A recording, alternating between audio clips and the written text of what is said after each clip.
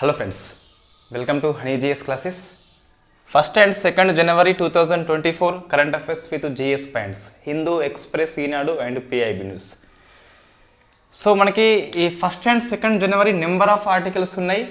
So ప్రతి అంశాన్ని క్షుణ్ణంగా అధ్యయనం చేయాలి. ఎగ్జామ్ దృష్ట్యా అన్ని ఇంపార్టెంట్ ఆర్టికల్స్ ఉన్నాయి. సో ఫస్ట్ 2024 ఇయర్కే వెరీ ఇంపార్టెంట్. ఇది లీప్ ఇయర్గా మనం చదువుకుంటాము. సో జనరల్గా ఎవ్రీ ఇయర్లో 365 డేస్ ఉంటాయి. బట్ ఎవ్రీ 4 years తర్వాత మనము ఒక రోజు యాడ్ చేసుకుంటాం. అది ఫిబ్రవరి మంత్లో యాడ్ చేసుకుంటాం. సో 28 డేస్ ఉండాల్సింది 29 డేస్ చేసుకుంటాము. ఎవ్రీ 4 yearsకి 1 డే యాడ్ చేస్తాం కాబట్టి లీప్ ఇయర్లో 366 డేస్ ఉంటుంది. సో ఇది జిఎస్ పాయింట్ ఆఫ్ లో కొన్నిసార్లు క్వశ్చన్ అడిగితే అడగచ్చు, లీప్ ఇయర్లో ఎన్ని రోజులు అని చెప్పేసి, లీప్ ఇయర్ ఎన్ని ఇయర్స్కి ఒకసారి వస్తుందని చెప్పేసి. మరి ఎందుకు ఒక రోజు కలపడము? మనం ఒక క్లాస్ చేసి ఉన్నాము, జనవరి 1st క్లాస్ గ్రూప్లో షేర్ చేసిన. సో లీప్ ఇయర్ అనేది ఎవరు ఆవిష్కరణ చేసిండ్రు, ఎందుకోసం అని చెప్పేసి, సమయాన్ని ఎలా లెక్కిస్తారు, ఏ క్యాలెండర్ అమల్లో ఉందని చెప్పేసి డిస్కస్ చేసినాం. జస్ట్ బ్రీఫ్గా చూస్తే ఎవ్రీ 4 yearsకి లీప్ ఇయర్ వస్తుంది. ఎవ్రీ 4 yearsకి 1 డే మనం యాడ్ చేసుకుంటాము. బట్ ఇక్కడ ఆ ఇయర్లో చివరి 2 అంకెలు 2 సున్నాలు ఉన్నట్లయితే అది లీప్ ఇయర్ కాదు. ఫర్ ఎగ్జాంపుల్ 1800 కావచ్చు, 1900 కావచ్చు, ఇవన్నీ లీప్ ఇయర్స్ కావు. నెక్స్ట్ 00 ఉన్నప్పటికీ కూడా అది 400 సంఖ్యతోని నిశేషంగా భాగించబడితే దాన్ని లీప్ ఇయర్గా తీసుకుంటాము. ఎగ్జాంపుల్ 2000 సంవత్సరము, సో 400తోని భాగించబడుతుంది కాబట్టి నిశేషంగా దీన్ని లీప్ ఇయర్ అని చెప్పేసి తీసుకుంటాము. ఎందుకు ఇదంతా అంటే మనకు సమయ సర్దుబాటులో భాగంగా ఇవన్నీ ఏర్పాట్లు చేసుకున్నాము. వాస్తవంగా భూ పరిభ్రమణం వాల్యూ ఎంత అంటే 365 డేస్ మీద, 5 గంటల మీద, 45 నిమిషాల మీద 46 సెకండ్లు ఉంటుంది. ఇది ఎగ్జాక్ట్ టైం అండి. సో మనకి 6 అవర్స్ కూడా కాదు.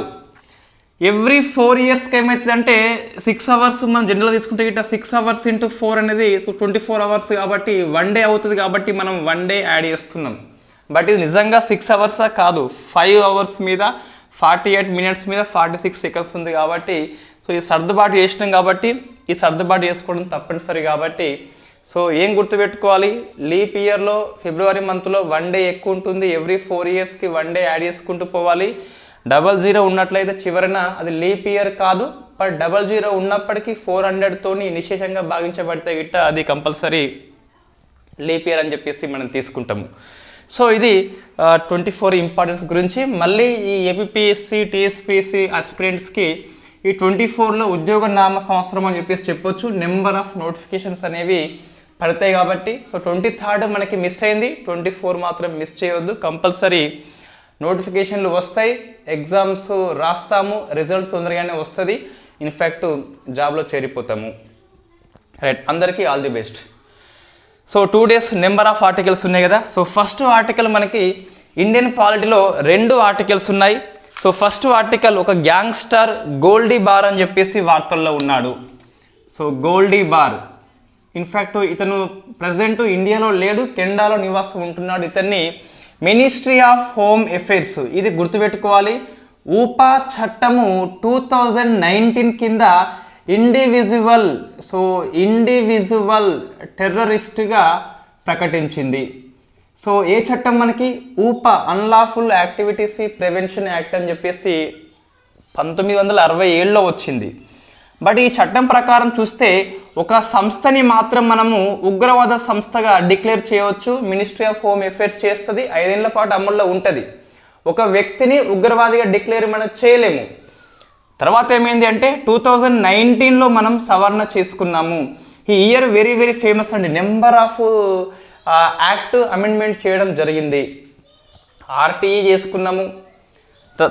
తర్వాత ఇదే క్లాసులో మళ్ళీ వస్తుంది, నేషనల్ ఇన్వెస్టిగేషన్ ఏజెన్సీ అని చెప్పేసి అమెండ్మెంట్ చేసుకున్నాము. నెంబర్ ఆఫ్ అమెండ్మెంట్ జరిగినాయి 19 లోపల. సో సవరణ చేసుకొని ఒక వ్యక్తిని కూడా ఉగ్రవాదిగా మినిస్ట్రీ ఆఫ్ హోమ్ అఫైర్స్ ప్రకటించే అధికారం పొందింది. సో ఈ చట్టం ప్రకారమే ఈ గోల్డీ బార్ని మనము ఉగ్రవాదిగా అనౌన్స్మెంట్ చేయడం జరిగింది. సో మరి ఇతని తప్పేంటి అంటే ఇతను పంజాబీ సిక్కు గాయకుడు ఈ ఎవరు ఆ పేరు సిద్ధు అని చెప్పేసి ఆయన యొక్క హత్యలో ప్రధాన సూత్రధారి కాబట్టి ఇతన్ని ఉగ్రవాదిగా డిక్లేర్ చేయడం జరిగింది. కెండాల నివాసం అని చెప్పేసి గుర్తుపెట్టుకోవాలి. సో ఇతను 56వ వ్యక్తి అండి. సో మనం December 31st క్లాస్లో 55th పర్సన్ అని చెప్పేసి డిస్కస్ చేసినాం. సో అతను 55th పర్సన్ ఎవరని చెప్పేసి మీరు ఆన్సర్ చేయండి. ఈ 56 మంది పేర్లు అవసరం లేదు, జస్ట్ మన ఎగ్జామ్కి 3-4 మంత్స్ ఎవరైనా ఉంటే వాళ్ళ పేర్లు గుర్తుపెట్టుకోవాలి. Ministry of home affairs announcement చేస్తుంది, ఆ వ్యక్తుల పేర్లు కంపల్సరీ అవసరం ఉంటుంది. Next second article, national Investigation agency వార్తల్లో వచ్చింది. సో ఎందుకు వార్తల్లో వచ్చింది అంటే 2023లో 94.70 సో కన్వెన్షన్ రేట్ని పొందింది. Very very important. ఇది 2008లో మనకి చట్టం ప్రకారము ఏర్పాటు చేయబడ్డ సంస్థ. అప్పటి నుంచి చూస్తే గడిచిన 15 ఏళ్ల కాలంలో 94.70 అనేది హైయెస్ట్ నేరారోపణ రేటు. అంటే 100 మంది మీద నేరారోపణ చేస్తే 94 మంది నేరం నిరూపించబడింది. సో హైయెస్ట్ కాబట్టి కొద్దిగా గుర్తుపెట్టుకోవాలి 94.70 అని చెప్పేసి మనము ఆ వాల్యూ కూడా కంపల్సరీ గుర్తుపెట్టుకునే అవసరం ఉంటుంది. సో మనం డిస్కస్ చేయాలి నేషనల్ ఇన్వెస్టిగేషన్ ఏజెన్సీ అనేది ఎందుకు ఏర్పాటు చేయబడ్డది, ఏ రకమైన సంస్థ, అధికార పరిధి ఏంటి అని చెప్పేసి, ఇటీవల కొత్తగా సవరణ ఏంటని చెప్పేసి కూడా నోట్స్లో యాడ్ చేసుకోవాలి. So 26/11 very unfamous Mumbai attack, it is not famous attack, unfamous attack అని చెప్పేసి ఇంగ్లీష్లో చెప్పాలి. సో అన్ఫేమస్ అటాక్ ఇది ఎప్పుడు 26/11 2008లో జరిగింది ముంబై మీద. సో ఇది జరిగిన తర్వాత భారతదేశం అనేది చాలా ఆలోచన చేసి ఉగ్రవాద నియంత్రణ కోసం అని చెప్పేసి ఒక ప్రత్యేకమైన సంస్థ ఉండాలి, ఒక సింగిల్ ఇన్స్టిట్యూషన్ ఉండాలని చెప్పేసి నేషనల్ ఇన్వెస్టిగేషన్ ఏజెన్సీ అని చెప్పేసి ఏర్పాటు చేయడం జరిగింది. కాబట్టి ఇది చట్టబద్ధ సంస్థ. Why? Because National Investigation Agency 2008 act ప్రకారం ఏర్పడింది కాబట్టి it is a statutory body అని చెప్పేసి మనం చెప్పొచ్చు. రైట్. దీని ప్రకారం మనము సో భారతీయులు ఎక్కడ ఉన్నా కూడా అరెస్ట్ చేసే అధికారం కలిగి ఉంటుంది. వాళ్ళు భారతదేశంలో ఉండొచ్చు లేదా అవుట్ సైడ్ ది ఇండియా విదేశాల్లో కూడా ఉండొచ్చు. వాళ్ళు భారతీయులు అయితే అయిపోతుంది. భారతదేశం యొక్క ప్రయోజనాలకి ఇబ్బంది కలిగిస్తే, సావనరీ సెక్యూరిటీకి ఇబ్బంది కలిగిస్తే మనం అరెస్ట్ చేసే అధికారం ఉంటుంది. సిబిఐ అట్లా కాదు, జనరల్ కన్సెంట్ అవసరము. సిబిఐ ఒక రాష్ట్రానికి వెళ్ళాలంటే జనరల్ కన్సెంట్ అవసరము, తెలంగాణకి లేదు.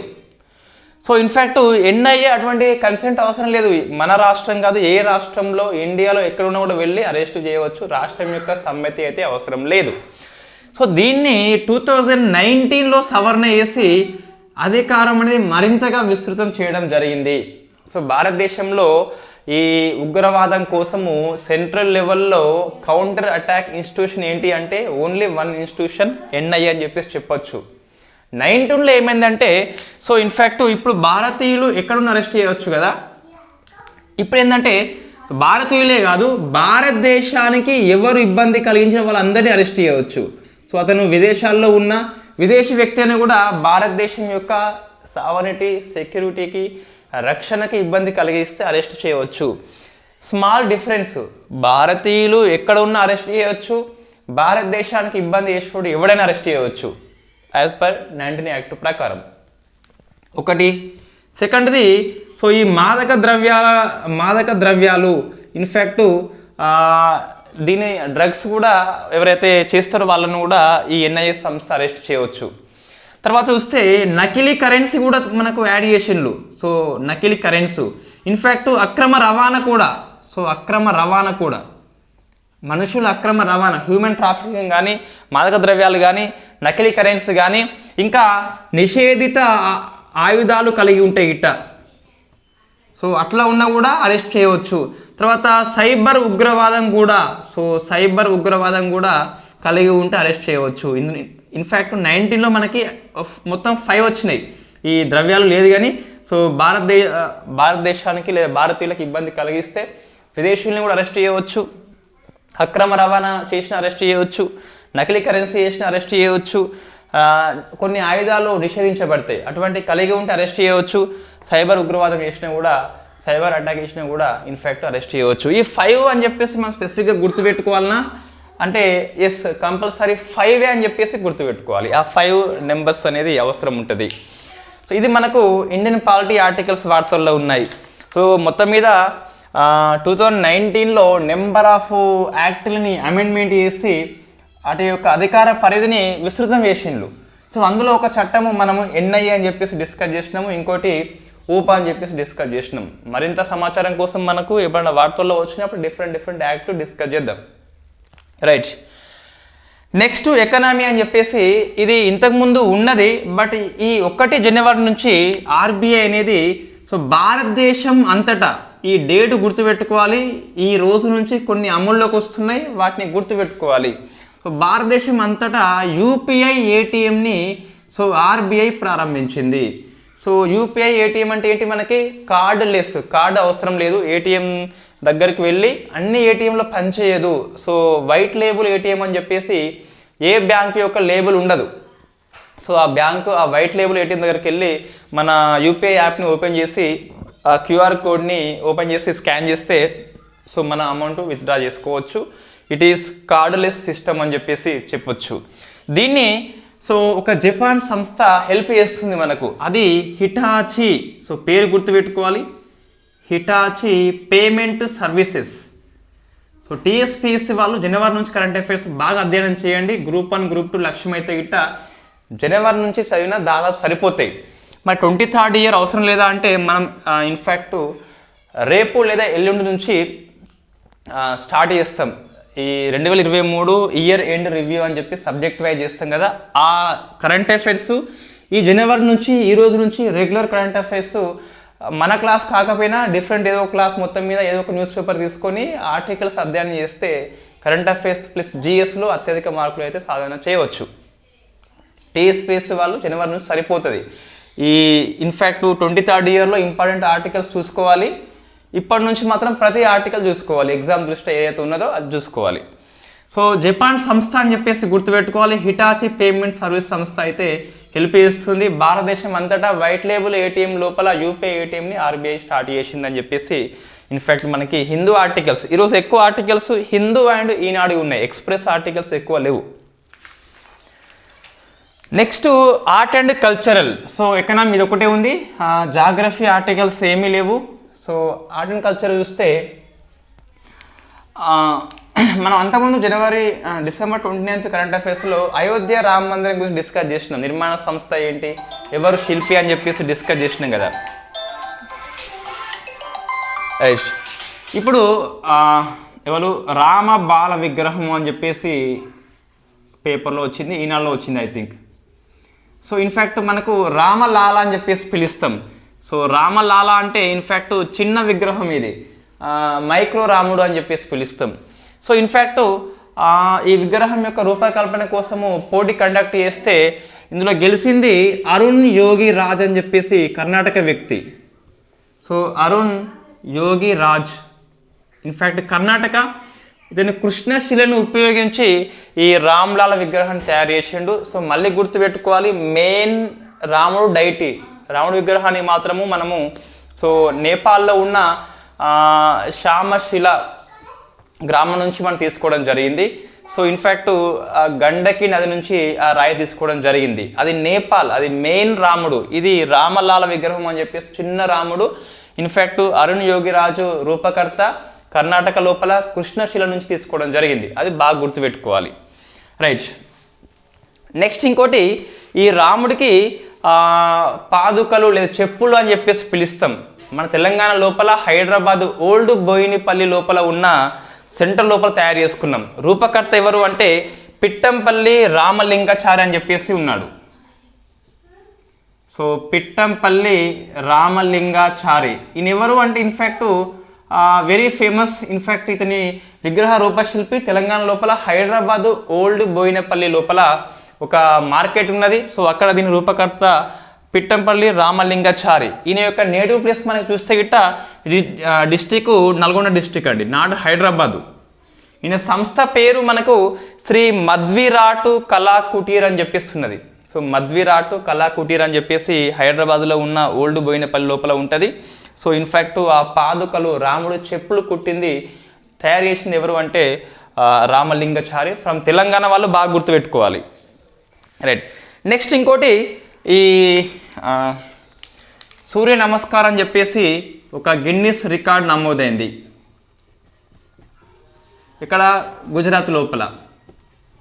మొత్తం మీద డిఫరెంట్ ప్లేసులల్లో ఈ 1 జనవరి నాడు 108 ప్రదేశాల్లో 50,000 మందికి పైగా ఒకే సమయంలో సూర్య నమస్కారాన్ని ప్రదర్శన చేసి గిన్నిస్ బుక్ రికార్డులో ఎక్కినారు అని చెప్పేసి మనకు ఈనాడు ఆర్టికల్ అండ్ ఇన్ఫ్యాక్ట్ నమస్తే తెలంగాణ ఆర్టికల్ కూడా ఇవ్వడం జరిగింది. సో మన రాష్ట్రం పేరు గుర్తుపెట్టుకోవాలి. అయితే ప్రముఖ కేంద్రం ఎక్కడ? మొత్తం 108 కదా. In fact Modhera sun temple. So ఇక్కడ ప్రముఖ కేంద్రము ఇన్ఫ్యాక్ట్ గుజరాత్ సీఎం ఇన్ఫ్యాక్ట్ వీళ్ళు కలిసి ఇక్కడ స్టార్ట్ చేసినారు. ఒకే సమయంలో 108 కేంద్రాల్లో 50,000 మందికి పైగా గిన్నిస్ బుక్ రికార్డ్ ఎక్కినారు. సో మనకి మోధేరా చూస్తే ఒక 2-3 పాయింట్స్ గుర్తుకు రావాలి. మన భీమా వన్ అని చెప్పి సోలంకి వంశము స్వతంత్ర దీని రూపకర్త మోధేరా సన్ టెంపుల్ని కట్టిండు. ఇన్ఫ్యాక్ట్ మోధేరా చూస్తే భారతదేశంలో ఫస్ట్ సోలార్ విలేజ్ అని చెప్పేసి పిలుస్తాం. It is first solar village in India. In fact first solar city అంటే మళ్ళీ వేరే వస్తుంది, సాంచి అని చెప్పేసి ఫ్రమ్ మధ్యప్రదేశ్ నుంచి వస్తుంది. Sanchi from Madhya Pradesh solar city, Modhera from Gujarat solar village అని చెప్పేసి పిలుస్తాం. సో ఇది ఆన్సర్ చేయండి. తెలంగాణ లోపల మొట్టమొదటి సోలార్ విలేజ్ ఏంటని చెప్పేసి అది ఆన్సర్ చేయండి. రైట్. Next disaster management. జపాన్లో భూకంపం వచ్చింది, 7.6 రిక్టార్ స్కేల్ నమోదైంది. సో అది సునామీగా మారచ్చు అని చెప్పేసి జపాన్ హెచ్చరించింది. సో దానికోసం అని చెప్పేసి జపాన్ ఎక్కడ ఉంది, సో సునామీ ఎప్పుడు వచ్చింది, ఇంతకుముందు వెరీ ఫేమస్ ఏంటని చెప్పి డిస్కస్ చేస్తాం. జపాన్లో వాజిమా ప్రాంతం అని చెప్పేసి సముద్రం దగ్గర ఉంటుంది. సో ఇన్ఫ్యాక్ట్ ఇక్కడ 7.6 నమోదైంది. సో భూకంపం అనేది క్రమంగా సునామీగా మారచ్చు అని చెప్పేసి జపాన్ హెచ్చరించింది. సో సునామీ అంటే ఏంటి? ఇన్ఫ్యాక్ట్ సునామీ అనే పదమే జపనీస్ పదం అండి. ఇది మనకు డిఎస్ మేనేజ్మెంట్లో బేసిక్ పాయింట్. సో అర్థమైంది మనకి హార్బర్ వేవ్ అని చెప్పి సముద్ర అల అని చెప్పేసి పిలుస్తాం. సునామీ ఎందుకు వస్తుంది అంటే సముద్రం లోపల భూకంపం వచ్చినా కూడా లేదా అగ్నిపర్వతం అనేది విస్ఫోటనమైనా కూడా రావచ్చు. సో ఇంకా కారణాలు కొన్ని ఉంటాయి, ఇవే కాదు. కొండ చర్యలు విరిగిపడ్డా కూడా మనకు ఇన్ఫ్యాక్ట్ భూకంపాలు సునామీ రావచ్చు. సముద్రం లోపల ఎర్త్ క్వేక్స్ లేదా వోల్కానిక్ ఎరప్షన్ వచ్చినా కూడా లేదా మనకు ల్యాండ్ స్లైడ్స్ వచ్చినా కూడా మేబీ సునామీకి పాసిబిలిటీ అయితే మనకు కనిపిస్తుంది. 2011 మార్చి 11లో ఏమైంది? ఇన్ఫ్యాక్ట్ జపాన్లో సునామీ వచ్చింది. ఫుకుషిమా అని చెప్పేసి ఫేమస్ న్యూక్లియర్ పవర్ ప్లాంట్ పేలిపోయింది. సో అప్పుడు అణు విధ్వంసం అని చెప్పేసి వెరీ ఫేమస్. అది 2011 అని చెప్పేసి గుర్తుపెట్టుకోవాలి. మళ్ళీ ఇటువంటి ఘటన రావద్దు అని చెప్పేసి జపానీస్ ప్రజలు కోరుకుంటున్నారు. రైట్. జపాన్లో భూకంపము సునామీ ఇవన్నీ ఎందుకు ఎక్కువ వస్తాయి, ఎందుకు వోల్కనస్ ఎక్కువ ఎరప్షన్ అవుతుంది అంటే very famous ring of fire అని చెప్పేసి మనం నెంబర్ ఆఫ్ టైం డిస్కస్ చేసినాం. So ring of fire in fact not in ring shape, గుర్రపు డెక్క ఆకారంలో ఉంటుంది. సో ఇన్ఫ్యాక్ట్ వాజిమా ఇక్కడ ఉన్నది. ఎందుకు సునామీ వస్తుందని చెప్తున్నారంటే వాళ్ళు జపాన్ శాస్త్రవేత్తలు ఇది నార్త్ అమెరికా తీసుకోండి, ఇన్ఫ్యాక్ట్ ఇదేమో సౌత్ అమెరికా తీసుకోండి, ఇది సౌత్ అమెరికా అని చెప్పేసి. ఇన్ఫ్యాక్ట్ ఇటువైపు యురేషియా ప్లేట్ అని చెప్పేసి ఉంటుంది. కొంచెం కిందికి వస్తే ఇన్ఫ్యాక్ట్ ఆఫ్రికా ప్లేట్ అని చెప్పేసి ఉంటుంది. కొంచెం కిందికి వస్తే ఇన్ఫ్యాక్ట్ ఆస్ట్రేలియా ప్లేట్ అని చెప్పేసి ఇట్లా అండర్గిట్గా అని చెప్పేసి ఉంటుంది. సో ఇన్ఫ్యాక్ట్ ఇదంతా పసిఫిక్ సముద్రం యొక్క అంచులండి. సో ఇన్ఫ్యాక్ట్ ఇది గుర్రపు డెక్క ఆకారంలో ఉంటుంది ఇదంతా. It is ring of fire అని చెప్పేసి పిలుస్తాం. మన మ్యాప్ చూస్తే మ్యాప్లో ఈ యురేషియా, ఆఫ్రికా, ఆస్ట్రేలియా ఈ ప్లేట్స్కి ఇటువైపు ఉంటుంది. గ్లోబ్లో చూస్తే మనకి దీన్ని తిప్పి కొడితే నార్త్ అమెరికా, సౌత్ అమెరికా ఇటే వస్తుంది. సో మనకి క్వశ్చన్ వచ్చింది ఇంతకుముందు రింగ్ ఆఫ్ ఫైర్ యొక్క స్టార్టింగ్ పాయింట్ ఎక్కడ ఉన్నది, ఎండింగ్ పాయింట్ ఎక్కడ ఉందని చెప్పేసి క్వశ్చన్ వచ్చింది. సో ఇక్కడ సౌత్ అమెరికాలో దక్షిణ కొన ఉంటుంది ఇక్కడ. సో ఇది స్టార్టింగ్ పాయింట్ అండి రింగ్ ఆఫ్ ఫైర్. ఇది పసిఫిక్ సముద్రంలో ఫస్ట్ ఇది. సో ఇన్ఫ్యాక్ట్ ఈ అంచుల వెంబడి సముద్రంలో ఉంటాయి కాబట్టి భూకంపం వస్తే సునామీ వచ్చేందుకు అవకాశం ఉంటుంది. సో వాజిమా ప్రాంతం అనేది యురేషియా టెక్టోనిక్ ప్లేట్స్ దగ్గర ఇన్ఫ్యాక్ట్ ఇక్కడ ఉంది కాబట్టి, సో సముద్రపు అంచులో ఉంది కాబట్టి మేబీ సునామీ రావచ్చు అని చెప్పేసి చెప్తున్నారు. రైట్. ఈ చివరి కొన స్టార్టింగ్ పాయింట్ చూస్తే సౌత్ అమెరికా కొంచెం కింది ప్రాంతంలో ఉంటే ఎండింగ్ పాయింట్ చూస్తే మనకు అంటార్కిటిక్ ఖండం దగ్గర ఉంటుంది. సో పసిఫిక్ సముద్రం ఎక్కడ విస్తరించబడి ఉందో అక్కడ రింగ్ ఆఫ్ పసిఫిక్ ఫైర్ అని చెప్పేసి పిలుస్తాం.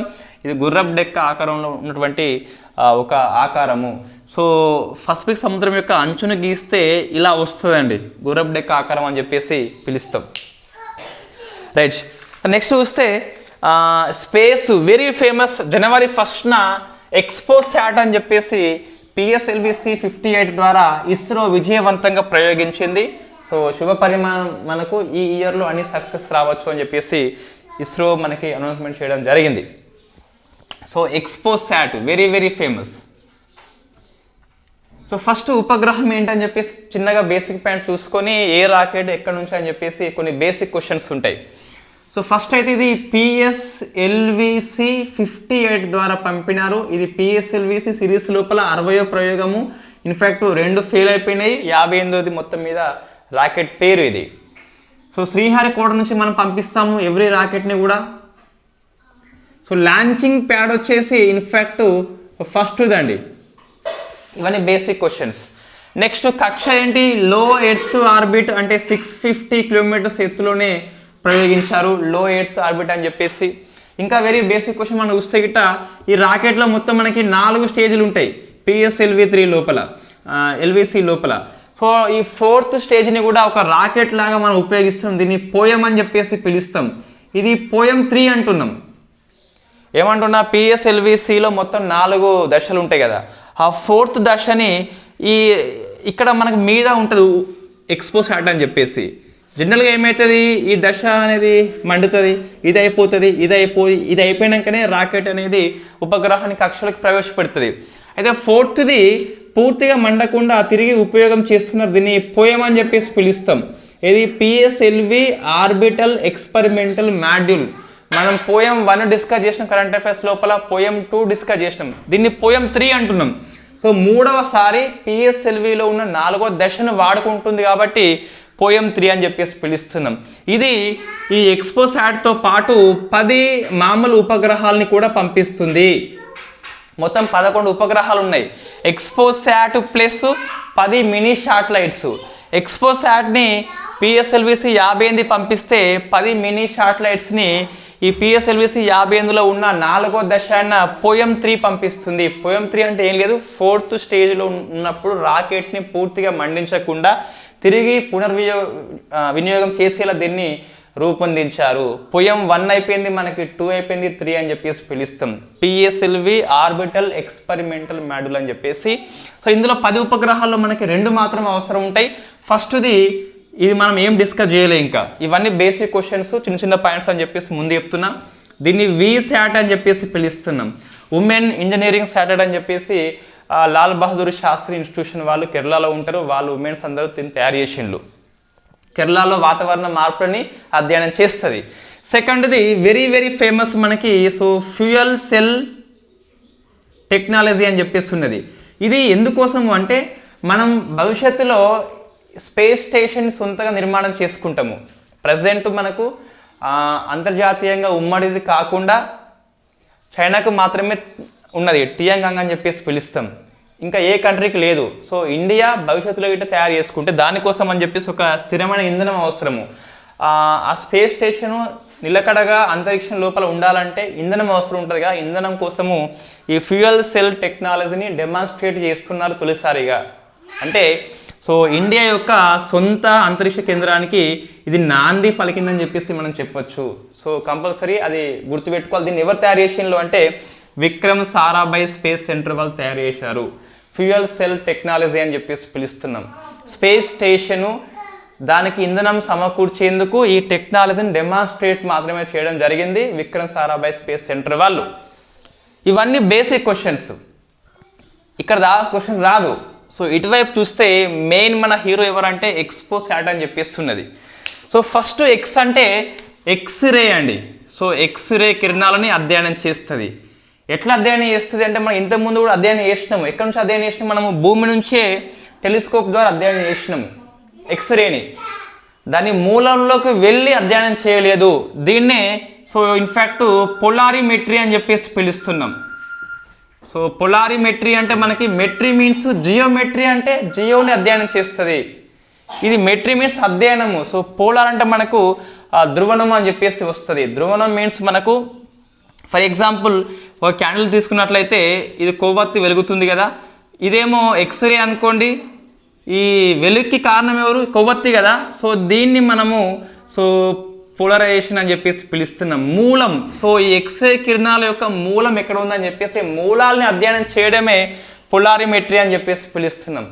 మళ్ళీ చెప్తున్నా, ఎక్స్రేని మనం ఇంతకుముందు అధ్యయనం చేసినాం, వెరీ ఫస్ట్ టైమే కాదు, భూమి నుంచి టెలిస్కోప్ పట్టుకుని అధ్యయనం చేసినాం. ఇప్పుడేంటి, మనం ఖగోళంలోకి వెళ్ళి అధ్యయనం చేస్తున్నాం కాబట్టి ఇట్ ఈస్ కాల్డ్ పొలారిమెట్రీ. ఎక్స్రే యొక్క మూలాన్ని అధ్యయనం చేస్తున్నాం. శాట్ మీన్స్ మనకి శాటిలైట్, ఉపగ్రహం అని చెప్పేసి పిలుస్తున్నాం. అంటే ఎక్స్రే కిరణాలు అధ్యయనం చేస్తుంది, దాంతోపాటు పొలారిమెట్రీ మీన్స్ మనకి మూలాల్ని అధ్యయనం చేస్తుంది. ఎక్స్రే కిరణాలు ఎక్కడ పుడతాయి, ఎక్కడ మూలం ఉంటుంది అంటే రెండే ఉంటాయి మనకి. ఇన్ఫ్యాక్ట్ బ్లాక్ హోల్స్ అని చెప్పేసి ఉంటాయి, తర్వాత న్యూట్రాన్ స్టార్ అని చెప్పేసి ఉంటాయి. So neutron star, we know black holes, but neutron star మనకు కొత్త పదం అని చెప్పేసి ఉన్నది. ఏంటిదంటే ఒక నక్షత్రం ఉన్నది. సో ఇన్ఫ్యాక్ట్ సన్ అనుకోండి, దీని మొత్తం శక్తి అయిపోయాక ఇది ఈ కేంద్రకంలోకి పడిపోతుంది. ఇన్ఫ్యాక్ట్ ఒక వస్తువు అనేది శక్తి మొత్తం అయిపోయాక అది కుదించకపోతుంది. సో దాన్ని న్యూట్రాన్ స్టార్ అని చెప్పేసి పిలుస్తున్నాం. ఇక్కడ నుంచి ఎక్స్రే కిరణాలు వస్తాయి మనకు. సో ఈ మూలాల్ని అధ్యయనం చేస్తుంది, బ్లాక్ హోల్స్ అధ్యయనం చేస్తుంది. న్యూట్రాన్ స్టార్ అంటే ఏంది లేదు, నక్షత్రం యొక్క శక్తి అయిపోయాక కేంద్రంలోకి మొత్తము అనేది పడిపోతుంది. ఆ ముద్దను మనము న్యూట్రాన్ స్టార్ అని చెప్పేసి పిలుస్తున్నాం. రెండింటిని అధ్యయనం చేస్తుంది ఈ ఎక్స్పోసాట్ అని చెప్పేసి. సో ఫస్ట్ మన ఉపగ్రహం యొక్క బేసిక్స్ ఏంటి, ఎక్స్రే కిరణాలని, పొలారిమెట్రీ మీన్స్ ఎక్స్రే కిరణాల యొక్క మూలాల్ని, బ్లాక్ హోల్స్ అండ్ న్యూట్రాన్ స్టార్ని అధ్యయనం చేసే ఇండియా యొక్క ఫస్ట్ ఉపగ్రహము. ప్రపంచంలో రెండవదండి ఎక్స్రే కిరణాల యొక్క పొలారిమెట్రీ అధ్యయనం ఇండియాలో ఫస్ట్ అయితే, ఇన్ఫ్యాక్ట్ ప్రపంచంలో రెండవది. అంటే అంతకుముందు ఎవరు, నాసా పంపింది. సో నాసాది ఏంది మనకి అంటే ఇన్ఫ్యాక్ట్ IXPE అని చెప్పేసి పిలుస్తాం. సో నాసా యొక్క first polarimetry mission IXPE. So imaging X ray polarimetry exploration అని చెప్పేసి పిలుస్తాం, అంటే అన్వేషణ అని చెప్పేసి పిలుస్తాం. ఇమేజింగ్ ఎక్స్రే పొలారిమెట్రీ ఎక్స్ప్లోరేషన్ లేదా అన్వేషణ అని చెప్పేసి ఇది నాసా పంపింది. In fact year 21 I think, maybe, I'm not confirmed, right. In fact ఇక్కడ ఎక్స్రే ఎక్స్పోసాట్ లోపల 2 పెలోడ్స్ ఉంటాయి. ఎవరాళ్ళు? సో 2 పెలోడ్స్ ఉంటే మనకు ఆ 2 పెలోడ్స్ చూస్తే ఇన్ఫ్యాక్ట్ ఫస్ట్ది ఏముంది అంటే పొలిక్స్ అని చెప్పేసి ఉన్నది. ఎక్స్పోసాట్లో 2 పెలోడ్స్ ఉన్నాయి ఉపగ్రహం లోపల.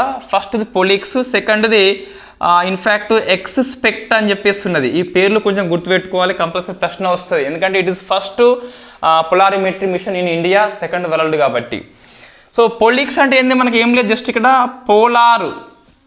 So polar in fact instrument in X ray అని చెప్పేసి ఈ ఎక్స్రే యొక్క మూలాలని ఇది అధ్యయనం చేస్తుంది.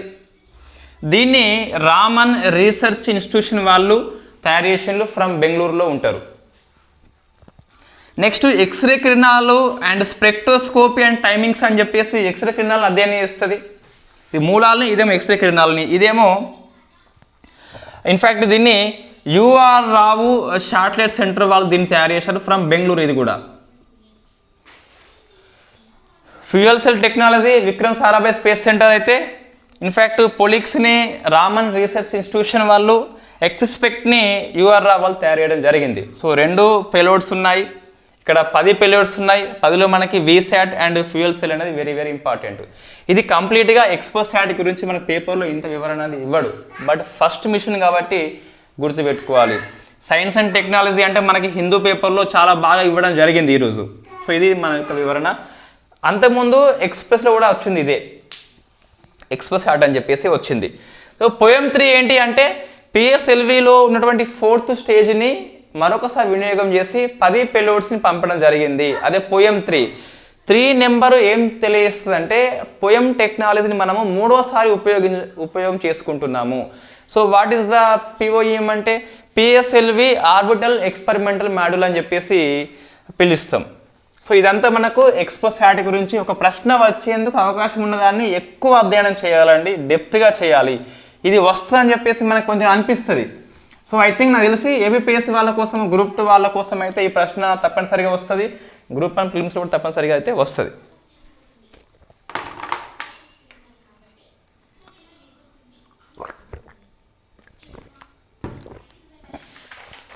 అయితే ఇప్పుడు ఇది ఎక్స్పోసాట్ అనేది ఖగోళ అధ్యయనం కదా, బ్లాక్ హోల్స్ అంటే ఖగోళ అధ్యయనం. ప్రజెంట్ ఆస్ట్రోసాట్ పనిచేస్తుంది ఖగోళ అధ్యయనం కోసము, ఆదిత్య L1 పనిచేస్తుంది, తర్వాత ఎక్స్పోసాట్ పనిచేస్తుంది. అంటే ఖగోళ అధ్యయనం కోసము మొత్తం 3 పనిచేస్తున్నాయి, AstroSat and Aditya L1 and XPoSat అని చెప్పేసి పిలుస్తాం. ఇది ఇట్లా ప్రశ్న వస్తే రావచ్చు అండి. ఇంకేమైనా ఉన్నాయా? సో మీరు కామెంట్ చేయండి, నాకు తెలిసే దాదాపు లేవు. నెక్స్ట్ ఇక మిగతా చిన్న చిన్న డిఫెన్స్ మనకు ఒక ఎక్సైజ్ వార్తల్లో ఉంది, డిసర్ట్ సైక్లోన్ 2024. ఇది ఇండియా ఉన్ను యుఏఈ మధ్య joint military exercise, Indian army plus UAE army మధ్య ఫస్ట్ది అండి, ఇది ఫస్ట్ది. సో ఇంతకుముందు ఇటువంటిది లేదు మనకు, ఫస్ట్ది. ఇండియా ఆర్మీ యుఏఈ ఆర్మీ కలిపి పాల్గొంటున్నాయి. ఎక్కడ అంటే రాజస్థాన్ లోపల, ఇన్ఫ్యాక్ట్ మహాజన్ అనే ప్రాంతం దగ్గర. సో మరి లక్ష్యం ఏంటి? ఫస్ట్ది కాబట్టి లక్ష్యం చూసుకోవాలి. పట్టణం ప్రాంతంలో కార్యకలాపాల విషయంలో బెస్ట్ ప్రాక్టీసెస్ని షేర్ చేసుకోవాలి. పట్టణ ప్రాంతంలో యుద్ధం వచ్చినప్పుడు ఎలా వ్యవహారం చేయాలని చెప్పేసి యుఏఈ ఉన్ను ఇండియా 2 పరస్పరం షేర్ చేసుకుంటాయి. వాళ్ళ బెస్ట్ ప్రాక్టీస్ ఏమున్నది, వీళ్ళది ఏముందని చెప్పేసి షేర్ చేసుకుంటాయి. పట్టణ ప్రాంతంలో ఉన్న కార్యకలాపాల విషయంలో మంచి ప్రాక్టీసెస్ని షేర్ చేసుకోవడమే ఉద్దేశము. కొంచెం డిఫరెంట్గా మనకు అనిపిస్తుంది పట్టణ ప్రాంతంలో అని చెప్పేసి స్పెసిఫిక్గా మనకి పిఐబి న్యూస్ ఇవ్వడం జరిగింది కాబట్టి అది కొంచెం ఫోకస్ చేయాలి. Next science and technology others లోపల CAR-T సెల్ థెరపీ అని చెప్పేసి వార్తల్లో ఉంది. సో ఇది స్పెషల్గా మనం డిస్కస్ చేయాలి. సో CAR-T సెల్ థెరపీ ఇది క్యాన్సర్ కోసం మనము ఉపయోగించే రెండవ ప్రక్రియ. సో ఫస్ట్ మనము ఇన్ఫ్యాక్ట్ కీమోథెరపీ అని చెప్పేసి ఉపయోగిస్తాం, సక్సెస్ కానప్పుడు CAR-T సెల్ థెరపీకి వెళ్ళిపోతాం. CAR-T సెల్ థెరపీ మన భారతదేశంలో ఇన్ని రోజులు లేదు, ఇటీవల వచ్చింది. సో అది మన కరెంట్ అఫైర్స్లో డిస్కస్ చేసినాం ఆల్రెడీ. NACAR-19 అని చెప్పేసి నెక్స్కార్-19 అని చెప్పేసి భారతదేశం యొక్క స్వదేశీ CAR-T సెల్ థెరపీ. ఇందుకోసం మనము ఇంతకుముందు ఈ నెక్స్కార్-19 రాకముందు ఈ CAR-T సెల్ థెరపీని ఇంపోర్ట్ చేసుకున్నాం మనము టెక్నాలజీని. Very first time 23rd year లోపల నవంబర్ డిసెంబర్ కరెంట్ అఫైర్స్ లోపల ఉండి ఉంటుంది. సో నెక్స్కార్-19 అని చెప్పేసి IIT బాంబే యొక్క ఇంక్యుబేటరు అయిన ఎవరు ఇమ్యూనో, సో పేరు గుర్తుపెట్టుకోవాలి, ఇమ్యూనో ACT సంస్థ. సో ఇమ్యూనో అనే సంస్థ ఒకటి IIT బాంబే యొక్క ఇంక్యుబేటర్ సంస్థ స్వదేశీ CAR-T సెల్ థెరపీని డెవలప్మెంట్ చేసి దాని పేరు నెక్స్కార్-19 అని చెప్పేసి పిలుస్తాం. ఇది నవంబర్ కరెంట్ అఫైర్స్లో ఉండి ఉంటుంది, డిసెంబర్లో లేకుంటే. సో ఇన్ఫ్యాక్ట్ ఈ CAR-T సెల్ థెరపీ తెలంగాణ రాష్ట్రంలో, ఏపీలో లేదు. సో ఫస్ట్ తెలుగు రాష్ట్రం లోపల బసవ తారకము హాస్పిటల్ స్టార్ట్ చేసింది నిన్న, అందుకు మనకి వార్తల్లో ఉంది. సో తెలుగు రాష్ట్రాల్లో CAR-T సెల్ థెరపీ అందుబాటులో ఉన్న ఏకైక hospital Basavatarakam hospital, very very famous cancer చికిత్స కోసము. So what is the CAR-T cell therapy మళ్ళీ గుర్తుపెట్టుకోవాలి. సో మనం ఇది ఎట్లా పనిచేస్తే డిస్కస్ చేస్తాం, కానీ ఇండియాలో స్వదేశీయంగా ఉన్న CAR-T సెల్ థెరపీ పేరు నెక్స్కార్-19. బాంబే IIT యొక్క ఇంక్యుబేటర్ అయిన ఇమ్యూనో ACT అనే సంస్థ దీన్ని రూపొందించింది. దీన్ని ఇప్పుడు ఇక్కడ ఇంప్లిమెంట్ చేస్తున్నారట. Right. In fact CAR-T cell therapy అంటే మనకు T సెల్స్ ఉంటాయి, మామూలుగా T సెల్స్ ఉంటాయి కదా. సో ఇవన్నీ T సెల్స్ అండి. ఇవి దాడి చేయాలి, బట్ దాడి చేస్తలేవు క్యాన్సర్ కణాల మీద. దీన్ని సో జీన్ థెరపీ అని చెప్పేసి పిలుస్తాం. జన్యు మార్పిడి చేసి వీటిని కార్ టీ సెల్ థెరపీగా మారుస్తారు. జన్యు మార్పిడి చేసి కార్ టీ సెల్ థెరపీగా మారుస్తారు. అప్పుడు ఏమవుతుందంటే దీని మీద ఒక రిసెప్టర్ అని చెప్పేసి సో ఇట్లా వస్తుంది. సో ఇది ఒక గ్రాహకం అని చెప్పేసి తెలుగులో పిలుస్తాం. ఇట్ ఈస్ రిసెప్టర్ లేదా రిసీవర్ అని చెప్పేసి పిలుస్తాం. దీన్ని ఆ పేషెంట్ యొక్క రోగిలోకి ప్రవేశపెడతారు.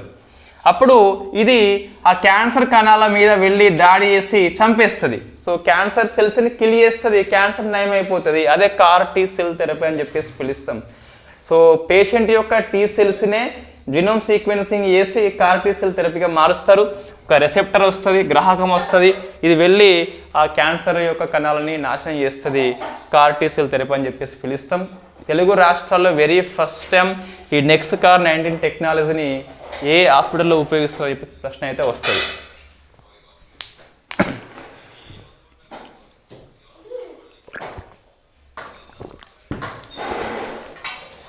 నెక్స్ట్ ఒక 2 సిల్లీ క్వశ్చన్స్ ఉన్నాయి. ఇవి రావు కానీ పేపర్లు అయితే వచ్చినాయి. చెమటతోని షుగర్ టెస్ట్ చేస్తారట. సో ఇది ఏలూరు శాస్త్రవేత్త శ్రీనివాసరావుకి వచ్చింది పేటెంట్ హక్కు అయితే. సెకండ్ది సిటైసిన్ అని చెప్పి ఒక మందు బిళ్ళ ఉన్నది. సో సిటీసైన్ అట ఒక మందు బిళ్ళ. ఈ మందు బిళ్ళని ఏ మొక్కను తయారు చేస్తామంటే ఆ మొక్క పేరు లాబర్నం అని చెప్పేసి ఉన్నది. ఇది మొక్క పేరు, ఇది మందు బిళ్ళ. ఇది ఈ మద్యపానము మానివేయడంలో పనికి వస్తుందట. ఇది యూకేలో అమలు చేస్తున్నారట. యూకేలో దీన్ని అమలు చేస్తున్నారట. అందుకు మనకి వార్తల్లో అయితే కనిపిస్తుంది. తర్వాత ఐఎండి ప్రకారము 2016 తర్వాత 2023 రెండవ వెచ్చని ఇయర్గా రికార్డ్ సృష్టించింది. సో ఫస్ట్ 2016, సెకండ్ది లాస్ట్ ఇయర్ అయితే ఏదైతే ఉందో 23 అని చెప్పేసి ఐఎండి చెప్పింది. కాబట్టి మనం ఒకసారి చూసుకోవాలి. నెక్స్ట్ ఇంటర్నేషనల్ రిలేషన్స్ కింద ఇండియా పాకిస్తాన్ సంబంధాలు మరొకసారి వార్తల్లో వచ్చినాయి. సో ఎవ్రీ ఇయర్ 1 జనవరిన సో ఇండియా ఉన్ను పాకిస్తాన్ దేశాలు తమ యొక్క న్యూక్లియర్ పవర్ ప్లాంట్ లేదా అణుస్థావరాల జాబితాని పరస్పరం మార్చుకుంటాయి. సో నిన్న అయింది కాబట్టి ఈరోజు మనకి పేపర్ రావడం జరిగింది. ఇండియా పాకిస్తాన్ ఎవ్రీ ఇయర్ జనవరి 1 నాడే ఈ న్యూక్లియర్ పవర్ ప్లాంట్ను పరస్పరం జాబితా మార్చుకుంటే ఎందుకు దాడి చేయకుండా ఉండేందుకు. దీన్ని వాస్తవం 1988లో ఒప్పందం చేసుకోవడం జరిగింది. ఎవరు అంటే రాజీవ్ గాంధీ పిఎం ఉన్నాడు. అటువైపు చూస్తేనేమో ఇన్ఫ్యాక్ట్ బెనజీర్ భుట్టో ఉన్నాడు. ఇది 1991 జనవరి 27 నుంచి అమల్లోకి వచ్చింది. వెరీ ఫస్ట్ టైం 1992లో ఈ అణు జాబితా అనేది పరస్పరం మార్పిడి చేసుకున్నారు. 2024లో చూస్తే మనకి ఇన్ఫ్యాక్ట్ 33 వస్తాయి మొత్తం మీద 33. సో 33వసారి అయితే ఇది జరగడం జరిగింది. ఒకసారి ఇయర్స్ చూసుకోండి. ఇయర్స్ కొంచెం ఇంతకుముందు క్వశ్చన్స్ ప్రీవియస్లో అడగడం జరిగింది. సో ఫస్ట్ టైం ఎప్పుడు మార్పిడి అంటే 91 కాదండి, 92లో ఫస్ట్ టైం మార్పిడి చేసుకోవడం జరిగింది. ఇది యూపీఎస్సీ క్వశ్చన్ మనకు. ఇన్ఫ్యాక్ట్ 91 జనవరి 27 నుంచి అమల్లోకి వచ్చింది. ఒప్పందం మాత్రం జరిగింది 88లో రాజీవ్ గాంధీ బెనజీర్ భుట్టో పాకిస్తాన్ ప్రధాని ఉన్నప్పుడు. ఇది దీంతో పాటు మళ్ళీ 2008లో ఒక ఒప్పందం ఉన్నది. అదేమో ఖైదీల యొక్క లిస్టు మార్పిడి చేసుకోవడము. ఇది కూడా మనకు ప్రతి ఇయర్ 2 టైమ్స్ చేసుకుంటారు. జనవరి 1న ఒకసారి, జూలై 1న ఒకసారి. ఇది ఖైదీల ఒప్పందము, ఇదేమో అణుస్థావరాల జాబితా ఒప్పందం అని చెప్పేసి పిలుస్తాం. 2 ఒప్పందాలు ఇయర్స్ ఇండియా పాకిస్తాన్ సంబంధంలో ఉన్న అన్ని ఒప్పందాలు నెంబర్ ఆఫ్ టైం క్వశ్చన్ అయితే వస్తుంది. ఇండియా చైనా ఒప్పందం కూడా మన క్వశ్చన్ వస్తుంది. తర్వాత ఎక్కువైతే India Pakistan, India China, India Bangla కొన్ని కూడా వస్తాయి. ఇటీవల మనకు కొన్ని వార్తల్లో ఉన్నాయి. భూభాగం మార్పిడి అని చెప్పేసి మనం చేసుకోవడం జరిగింది బిట్వీన్ ఇండియా అండ్ బంగ్లాదేశ్ అని చెప్పేసి. సో ఇయర్ చూసుకోండి మంచిగా. 88లో ఒప్పందం జరిగితే 91 జనవరి 27న అమల్లోకి వస్తే 92లో ఫస్ట్ టైం మార్పిడి చేసుకోవడం జరిగింది. Next so international court of జస్టిస్లో ఇజ్రాయిల్ మీద సో జినోసైడ్ మారణ హోమం అని చెప్పేసి సౌత్ ఆఫ్రికా కంప్లైంట్ చేయడం జరిగింది. అందుకు మనకి వార్తల్లో ఉంది. ఇది మనం ఇంతకుముందు రష్యా ఉక్రెయిన్ వార్ నేపథ్యంలో డిస్కస్ చేసినాము. So what is called genocide, మారణ హోమం అని చెప్పేసి పిలుస్తాం. ఒక జాతి మొత్తాన్ని కానీ ఒక మత సమూహాన్ని కానీ నిర్మూలించే ప్రక్రియ పేరే మారణ హోమం అని చెప్పేసి 1948 కన్వెన్షన్లో, సో కన్వెన్షన్ అంటే ఒప్పందంలో, సో జెనీవా ఒప్పందంలో దీన్ని వెరీ ఫస్ట్ టైం డిఫైన్ చేయడం జరిగింది. ఇండియా సైన్ చేయడం జరిగింది 1959లో జెనీవా కన్వెన్షన్ మీద సంతకం పెట్టింది. సో ఇప్పుడు ఇది ఎందుకు వార్తల్లో వచ్చింది అంటే సౌత్ ఆఫ్రికా దేశం అయితే ఇజ్రాయెల్ మీద కంప్లైంట్ చేయడం జరిగింది, అందుకు మనకి వార్తల్లో వచ్చింది. సో మన ఇండియా ఇజ్రాయెల్ సపోర్ట్ చేస్తుంది. బట్ ఇక్కడ చూస్తే ఇజ్రాయెల్ దేశము గాజా మీద నెంబర్ ఆఫ్ టైమ్స్ శిబిరాల మీద దాడి చేస్తుంది. యుద్ధ ఖైదీల మీద దాడి చేయడం వేరు, ఇన్ఫ్యాక్ట్ పౌరుల మీద దాడి చేయడం వేరు. సో మనం సపోర్ట్ చేయొద్దు ఇజ్రాయెల్ని అయితే. నెక్స్ట్ ట్రైబ్స్ ఇన్ న్యూస్ అని చెప్పేసి ఒక వార్లీ తెగ వార్తల్లో ఉందండి. సో వార్లీ తెగ ఇది మహారాష్ట్రలో కనిపిస్తుంది, ఎక్కువ ముంబైలో కనిపిస్తుంది. ఎందుకు వార్తల్లో వచ్చిందంటే ఈ మహారాష్ట్ర ప్రభుత్వము పర్యాటక శాఖ అనేది శివాజీ మ్యూజియాన్ని వీళ్ళున్న ప్రాంతంలో కడుతుందని చెప్పేసి వీళ్ళ యొక్క నివాస హక్కులు కోల్పోతామని చెప్పేసి భయపడి నిరసన వ్యక్తం చేసింది. కాబట్టి వార్లు తెగ మనకి వార్తల్లో ఉన్నారు. నెక్స్ట్ గవర్నమెంట్ పాలసీలో మనకు ఆధార్ బేస్డ్ పేమెంట్ సిస్టాన్ని Mahatma Gandhi national rural employment guarantee స్కీమ్లో 1 జనవరి నుంచి కంపల్సరీ అమలు చేస్తామని చెప్పేసి చెప్పడం జరిగింది. ఇది మనం అంతమంది డిస్కస్ చేసినాం. ఈ డేట్ని పొడిగిస్తూ వచ్చినారు. బట్ జనవరి 1 నుంచి కంపల్సరీ ఉపాధి గ్రామీణ హామీ స్కీమ్లో గిట్ట పాల్గొంటే గిట్ట వాళ్ళకు నేరుగా బ్యాంక్ అకౌంట్ డబ్బులు వెళ్ళిపోతాయి. బ్యాంక్ అకౌంట్కి ఆధార్కి లింక్ లేకుంటే పని చేసిన డబ్బులు రావని చెప్పేసి దీని అర్థము. అయితే కేస్ టు కేసు ఎగ్జామ్షన్ అనేది ఇవ్వడం జరిగింది. ఎవరికన్నా సాంకేతిక లోపాలు ఉండి ఇన్ఫ్యాక్ట్ పని చేయకుంటే అది వేరు, కానీ ఎక్కువ మాత్రము అన్ని రాష్ట్రాలు దీన్ని ఇంప్లిమెంట్ చేయాలని చెప్పేసి కేంద్రం చెప్పడం జరిగింది, అందుకు మనకి వార్తల్లో ఉంది. Next very first time all girls Sainik school అని చెప్పేసి మన రక్షణ శాఖ మంత్రి ఇన్ఫ్యాక్ట్ ఎక్కడ అంటే యూపీలోని మధురలో ఉన్న బృందావన్ లోపల వెరీ ఫస్ట్ టైం స్టార్ట్ చేసిండు. ఆల్ గర్ల్సే ఉన్న సైనిక్ స్కూలు భారతదేశంలో ఫస్ట్ది బృందావన్ మధుర యూపీ అని చెప్పేసి. స్కూల్ పేరు ఏంటి మనకంటే సంవిద్ గురుకుల బాలికల సైనిక్ స్కూల్ అని చెప్పేసి పిలుస్తాం. పర్సన్స్ ఇన్ న్యూస్ అని చెప్పేసి మహమ్మద్ యూనిస్ వార్తల్లో ఉన్నాడు. సో మహమ్మద్ యూనిస్ అంటే వెరీ వెరీ ఫేమస్ ప్రపంచ ఆర్థికవేత్త. ఇతనిది బంగ్లాదేశ్, వాస్తవంగా ప్రపంచంలో వెరీ ఫేమస్ ఆర్థికవేత్త ఇతను. 1983 లోపల ఇన్ఫ్యాక్ట్ గ్రామీణ బ్యాంక్ అని చెప్పేసి స్థాపించి దీని ద్వారా ఈ బంగ్లాదేశ్ లోపల పేదరికం పోయేందుకు చాలా కృషి చేసిండు. అందుకోసం అని చెప్పేసి 2006లో in fact Nobel prize peace prize వచ్చింది. ఇతన్ని బంగ్లాదేశ్ అరెస్ట్ చేసింది, 6 months జైల్లో పెట్టేసింది, కార్మిక చట్టాల ఉల్లంఘన అని చెప్పేసి. ఆ కోర్టు పేరు మనకి ఢాకా లేబర్ కోర్ట్ అని చెప్పేసి ఉన్నది. సో లేబర్ లాస్ని ఉల్లంఘన చేసిందని చెప్పేసి మహమ్మద్ యూనిస్ని నోబెల్ శాంతి బహుమతి గ్రహీత 2006లో వచ్చింది. సో ప్రపంచ పేదరికం కోసము ఇతను చాలా కృషి చేసిండు, నిర్మూలన కోసం అని చెప్పేసి వార్తలు ఉన్న వ్యక్తి మనం గుర్తుపెట్టుకోవాలి. నెక్స్ట్ కెప్టెన్ హరిప్రీత్ చాందీ అని చెప్పేసి వార్తల్లో ఉన్న మహిళ. ఈమెది బ్రిటిష్ సిక్కు హరిప్రీత్ చాందీ. సో ఈమె ఎందుకు వార్తల్లో వచ్చిందంటే దక్షిణ ధృవాన్ని ఒంటరిగా అత్యంత వేగంగా చేరుకున్న మహిళ. సో ఈమె 1130 కిలోమీటర్ దూరాన్ని మొత్తాన్ని 31 రోజులలో 13 గంటల 19 నిమిషాల్లోనే చేరిందట. ఇది అత్యంత వేగం అని చెప్పేసి రికార్డు సృష్టించింది. సౌత్ పోల్ని ఒంటరిగా చేరుకున్న మహిళ అని చెప్పేసి వార్తల్లో ఉన్న మహిళ హరిప్రీత్ చాందీ. నెక్స్ట్ కాంగో అధ్యక్షుడిగా ఫిలిక్స్ షిసెకెడి. సో ఈ పేరు డిఫరెంట్ ఉన్నది, ఫిలిక్స్ అని చెప్పేసి గుర్తుపెట్టుకోండి. ఫిలిక్స్ షిసెకెడి అని చెప్పేసి కాంగో యొక్క అధ్యక్షుడిగా వచ్చిండు. ఇవి మన కరెంట్ అఫైర్స్ అండి. సో ఎక్కువ ఆర్టికల్స్ ఉన్నప్పటికీ ప్రతి ఆర్టికల్ ఇంపార్టెంటే. దీనిలో మనం ఏది ఇద్దాము, ఏది అవసరం లేదు. మద్యపానం మాన్పించే మందు కానీ లేదా షుగర్ టెస్ట్ కానీ అవి రెండింటిని స్కిప్ చేయవచ్చు. మిగతా అన్ని మాత్రము కొద్దిగా ఏపీ వాళ్ళు గుర్తుపెట్టుకోవాలి షుగర్ టెస్ట్ ఇది. ఎందుకోసం అంటే శ్రీనివాసులు ఫ్రమ్ ఏలూరు కాబట్టి ఏపీ కాబట్టి కొద్దిగా వాళ్ళు గుర్తుపెట్టుకోవాలి. మనకైతే అంతగానం ఏం అవసరం లేదండి.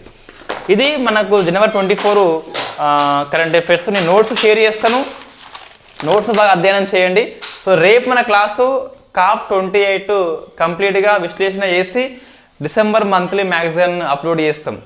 సో ఎల్లుండి నుంచి మనము రివిజన్ సిరీస్ స్టార్ట్ చేస్తాం. So first subject I think నాకు తెలిసి PM మోడీ విజిట్స్ అని చెప్పేసి ఒకటి ఉన్నది.